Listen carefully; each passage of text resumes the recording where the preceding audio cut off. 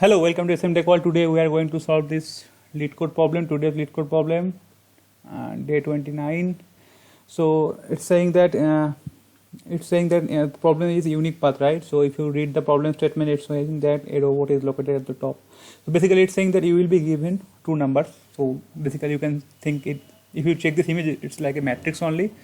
So it's a multi-dimensional matrix m into n. So you need to start from zero location or the first location or first cell of the matrix, and you need to reach to the finish line. So the last location, mn location, will be the finish location. So you need to find all the possible unique paths to reach start from finish, right? So if you check this image, you can take this path, this path, this path, this path, and reach here. You can again take this path and reach here. Similarly, you need to find how many there are number of how many number of unique paths are there, right? How many possible.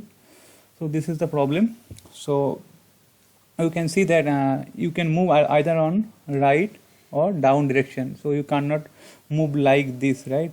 You cannot move like this. Either you need to go right or you need to go down. Again right, again down, something. Again right, something like this.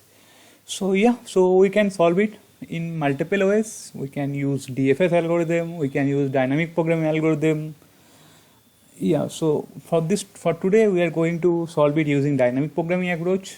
And so you all know about dynamic programming, right? So basically using dynamic programming, we use a big problem to a small sub problem. Then what we need, we solve those sub problem, and whenever we are solving the larger problem or big problem, we are reusing those sub problem results. Whatever we calculated as part of sub problem, we are going to reuse those same again instead of calculating again and again. Yeah, so that's the dynamic programming approach. So let me show you how we are going to solve this today. So let me show you the example. Suppose you are given 3 cos 2 matrix, right? So m value is 2. So this is 3 cos 2 matrix, and this is your start point, right? And this is your end point, and you need to find the root, the number of unique paths. So you can do it like this, like you can start from here, then you can here, then you can here, then you can here. Similarly, you can follow this path also. Let me draw you. So you can follow this path, you can follow this path, and you can do like this zigzag, first right, then down, then right. So there are three paths total, right? So there are 3 paths. Yeah, so there are total 3 paths there. So similarly, so let's take a bigger size matrix. So I took a bigger size matrix. So how we can solve it using dynamic programming, right? So what we are going to do, so whenever I know that this my cell is in the extreme left side or extreme top side, I am going to fill those as 1. So there is only one way, right? One path you can reach here, right? There can be only one path. Similarly for left side also, right? So there can be only one. So this cell are already solved, right? So there can be 1, there can be 1, there can be 1. Now now I am done with the initialization of my DP array. Probably think it as a DP array. Then what we are going to do, we are going to calculate. We are going to start from this cell, right? And we fill the rest of the array. How are we going to fill the array? So you know that I can reach to this cell. So this cell is 0, 1. I can reach this cell by only one unique way. I can reach to this cell 1, 0 by one unique way. So we can reach to this cell 1, 1. It should be 1 plus 1. So by 2 way we can reach here, right? Similarly, whenever I am going to calculate this one, I can reach here 2 plus 1. So we are reusing this solution, right? So this is the main concept of dynamic programming. So it should be 3, something like this. Again, you can calculate 3 plus 1, 4. Again, you will start from here. Again, it will be 3. Again, it will be 6, something like this. And you can fill the rest of the array, and you can return this one, right? The last value, mn value. That will be your answer. So let's solve it using Java today. So what I am going to do, so as I told you, we are going to use dynamic programming. So at first I will take one array, multi-dimensional array, and I will initialize with it size m and n, right? So whatever value we are getting as input, we are passing, we are taking that size of multi-dimension array.